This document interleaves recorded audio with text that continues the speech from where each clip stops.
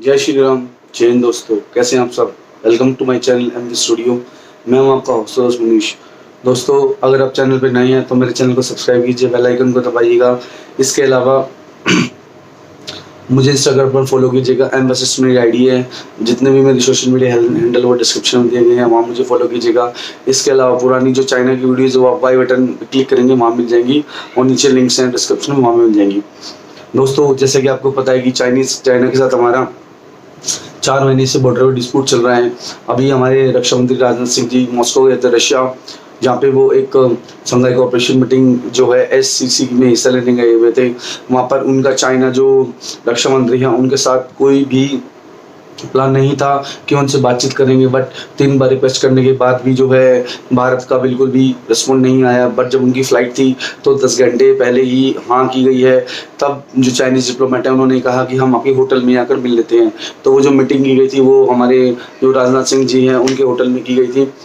राजनाथ सिंह जी ने साफ साफ चीन को जवाब दिया है कि भारत अपनी स्थिरता और शांति के लिए प्रतिबद्ध है, और वो अपनी 1 इंच जमीन भी नहीं देगा। अगर भारत की संप्रभुता, अखंडता और राष्ट्र सुरक्षा के साथ खिलवाड़ किया गया तो भारत भी इसका कड़ा जवाब देगा। राजनाथ सिंह जी ने द्वितीय विश्व युद्ध का जिक्र करते हुए कहा है कि द्वितीय विश्व युद्ध में किसी का भी फायदा नहीं हुआ है। जिस युद्ध ने आक्रमण किया और जिस देश पर आक्रमण किया, दोस्तों का ही सर्वनाश हुआ है, क्योंकि ये युद्ध तबाही की तरफ लेके जाता है। और चीन की जो विस्तारवादी नीति है उसको चीन को कंट्रोल करना हुआ। चीन ने कहा है कि उसने आज तक किसी भी देश के 1 इंच जमीन को नहीं लिया है। साथ ही राजनाथ सिंह जी ने क्लियर कर दिया है कि भारत अपनी 1 इंच जमीन भी नहीं देगा, और ज़रूरत पड़ी तो भारत इसका मुंह तोड़ जवाब देगा। जैसा कि आपको पता है कि गलवान वैली में जो डिस्प्यूट हुआ था उसके बाद से ही भारत चाइना के अगेंस्ट है, और किसी भी मोर्चे पर भारत उसका साथ नहीं दे रहा है।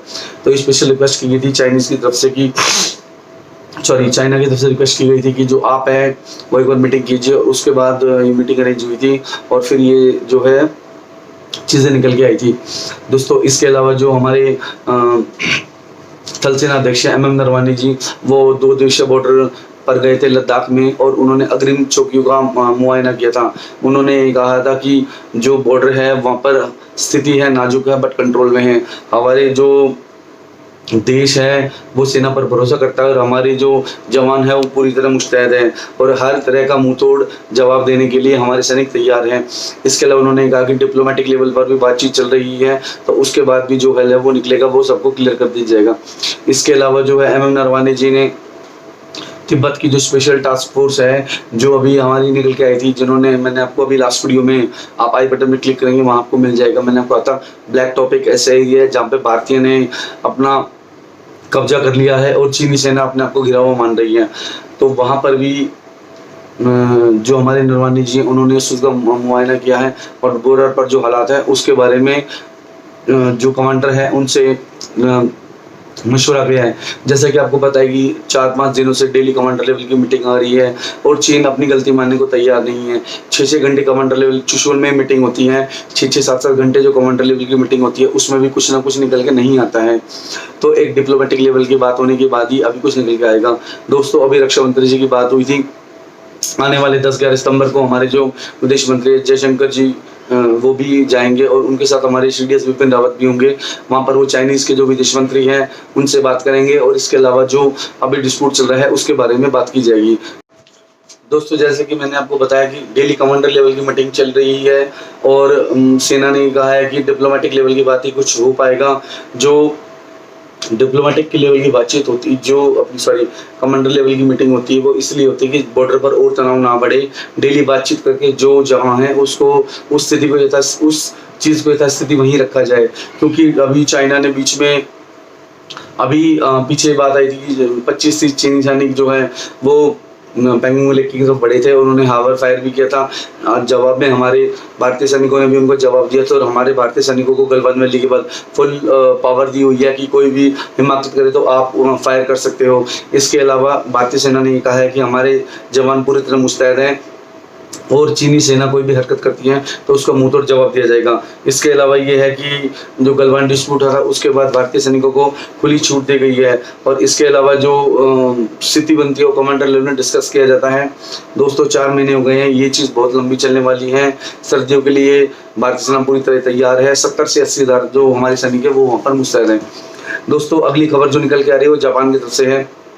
जापान ने भी चीन के साथ अपने तल्ख होते रिश्तों पर जो कंपनियां चीन में हैं उनको ये कहा है कि वो जो आसियान देश हैं जैसे श्रीलंका है, बांग्लादेश या भारत है, वहाँ पर अगर वो अपना व्यापार स्थापित करेंगी तो उनको कुछ ना कुछ रियायत दी जाएगी, उन कंपनियों को सब्सिडी दी जाएगी। और उन्होंने कहा है कि आसियान देश इंडिया है, बांग्लादेश है और श्रीलंका में आप जाकर अपना बिजनेस स्टार्ट कीजिए, इंडिया में भी इन चीज़ को प्रोत्साहन दिया जाएगा। इसके अलावा जो जापान सरकार है वो भी कंपनियों को टैक्स में सब्सिडी देगी और उनको वहाँ पे डेवलप करने के लिए भी बहुत सारी बुनियादी सुविधाएं देगी। दोस्तों इसके अलावा एक खबर ये निकल कर आ रही है, जो डोनाल्ड ट्रंप है उन्होंने ये कहा है कि अगर भारत और चीन चाहते हैं तो वो मध्यस्थता करने को तैयार हैं। जैसा कि आपको पता है कि अभी चीन में यूएस में नवंबर में प्रेसिडेंट इलेक्शन है, तो ट्रंप कहीं ना कहीं ये चाहते हैं कि जो भारत अमेरिकन है उनका वोट उनको मिले। इसके अलावा जैसा कि आपको पता है कि कोरोना से 188 कंट्रीज प्रभावित हैं, ट्रंप का ये बयान बहुत मायने रखता है। उन्होंने कहा है कि वो रशिया से चाइना से खुद ही परेशान है, एक तो कोरोना की वजह से, दूसरा वो जो जासूसी करता है इस वजह से भी वो बहुत परेशान है। जैसा कि आपको पता है कि ह्यूस्टन जो एम्बेसी थी वो अमेरिका ने बंद करा दी है चाइना में। इसके अलावा दोस्तों जो है जितने भी रशिया के डिप्लोमेट्स आते हैं उन पे भी सख्ती कर दी गई है, टैरिफ को बढ़ा दिया गया है। तो ऐसे में यूएस प्रेसिडेंट का बयान आना बहुत मायने रखता है। उन्होंने कहा है कि अगर भारत और चीन मध्यस्थता चाहते हैं तो अमेरिका मध्यस्थता करने को तैयार है और वो भारत और चीन दोनों की हेल्प करने को तैयार है। तो भारत ने अभी इस बारे में कुछ नहीं बोला है, चीन ने भी कुछ नहीं बोला है। पहले भी ट्रंप ने इस प्रकार का जो है बीच में मध्यस्थता का वो दिया था, भारत और चीन दोनों ने ही नकार दिया था। भारत ने कहा है कि वो अपने इस लेवल पे देख लेगा जो पहले मध्यस्थता के लिए किया गया था। दोस्तों इसके अलावा जो है मॉस्को में जो चीनी विदेश मंत्री के 2.5 घंटे के साथ बातचीत चली थी उसका अभी कोई नतीजा नहीं निकला है। जॉइंट लेवल पर अभी ऐसी कोई बात निकल के नहीं आई है, ना जॉइंट लेवल पर स्टेटमेंट आई है। जैसा कि मैंने आपको पहले बताया था कि भारत ने साफ साफ कर दिया है अपनी संप्रभुता और राष्ट्रीय सुरक्षा के लिए हम अपने 1 इंच जमीन भी नहीं देंगे। अगर चाइना नहीं माना तो चाइना का मुंह तोड़ जवाब दिया जाएगा। अब जो रक्षा मंत्री की बात हुई थी उसको विदेश मंत्री बढ़ाएंगे और अभी डिप्लोमेटिक बातचीत में तनाव को लेकर बातचीत होगी। बेसिकली प्रॉब्लम ये है कि जो मेन एलएसी है वो कोई डिफाइन नहीं है। एक एरिया विभाजित किया हुआ है कि इस एरिया में भारत पेट्रोलिंग करेगा, इस एरिया में चाइना पेट्रोलिंग करेगा। तो जैसे भारत और पाकिस्तान की बॉर्डर तो डिफाइन है कि फेंसिंग की हुई है और बैरिकेडिंग की हुई है, वायरिंग की हुई है, डिफाइन है कि यहाँ पे बॉर्डर है, पिलर लगाए हुए हैं जैसे भारत नेपाल का बॉर्डर है। चाइना के साथ ऐसा कुछ भी नहीं है, वहाँ पे कुछ पॉइंट बनाए गए हैं। तो बेसिकली प्रॉब्लम यही आती है कि क्योंकि बॉर्डर तक डिफाइन नहीं है। चाइना जो है अरुणाचल प्रदेश को ये कहता है कि वो तिब्बत का हिस्सा है। बेसिकली जो तिब्बत उन्होंने हड़पा है वो उसका हिस्सा है, वो भारत को हिस्सा ही नहीं मानता, अरुणाचल प्रदेश को भारत का हिस्सा नहीं मानता है। तो ये कहीं ना कहीं प्रॉब्लम है। ये प्रॉब्लम तभी सॉल्व होगी जब एक प्रॉपर एलएसी डिफाइन होगी, बॉर्डर की फेंसिंग होगी या पिलर लगेंगे, तभी क्लियर होगी। भारत कुछ और समझता है, चाइना कुछ और समझता है, तो ये चीजें क्लियर तभी होंगी जब इस चीज का कहीं ना कहीं बेसिकली फेंसिंग के बाद जब बॉर्डर डिफाइन होगी उसके बाद ये चीज निकल के आएगी। दोस्तों इसके अलावा जो है पूर्वी लद्दाख में जो चाइना है वो पूरी तरह से गिर गया है क्योंकि तलैटी में चाइना बसा हुआ है और जो पहाड़ी टॉप एरिया है, फिंगर एरिया है या ब्लैक टॉप एरिया है, वहाँ पर भारतीय सैनिकों ने कब्जा किया हुआ है। और वो सैनिक जो है चाइना सैनिक वो भारतीय जो तोप टैंक हैं उनकी फुल रेंज में है। अब वो बुरी तरह फंस गए हैं, ना वो इधर निकल सकते हैं ना वो इधर निकल सकते हैं।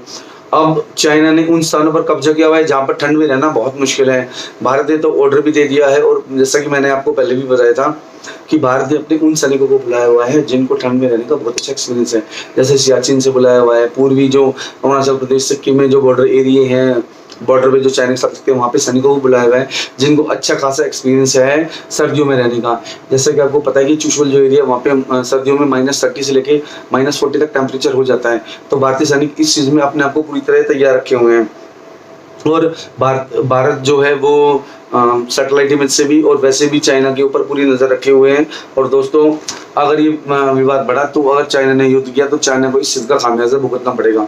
दोस्तों एक खबर ये भी आ रही है कि जब भारतीय रक्षा मंत्री जी भारत आ रहे थे, रशिया से भारत आ रहे थे, तो बीच में उन्होंने ईरान के रक्षा मंत्री से भी बात की ईरान के अंदर। ये एक कूटनीतिक काम माना जाता है, क्योंकि जैसा कि आपको पता है कि ईरान बुरी तरह प्रभावित है, क्योंकि जो यूएस ने उनके ऊपर बैन लगाया हुआ है, कोई भी देश उनके साथ व्यापार नहीं कर सकता है।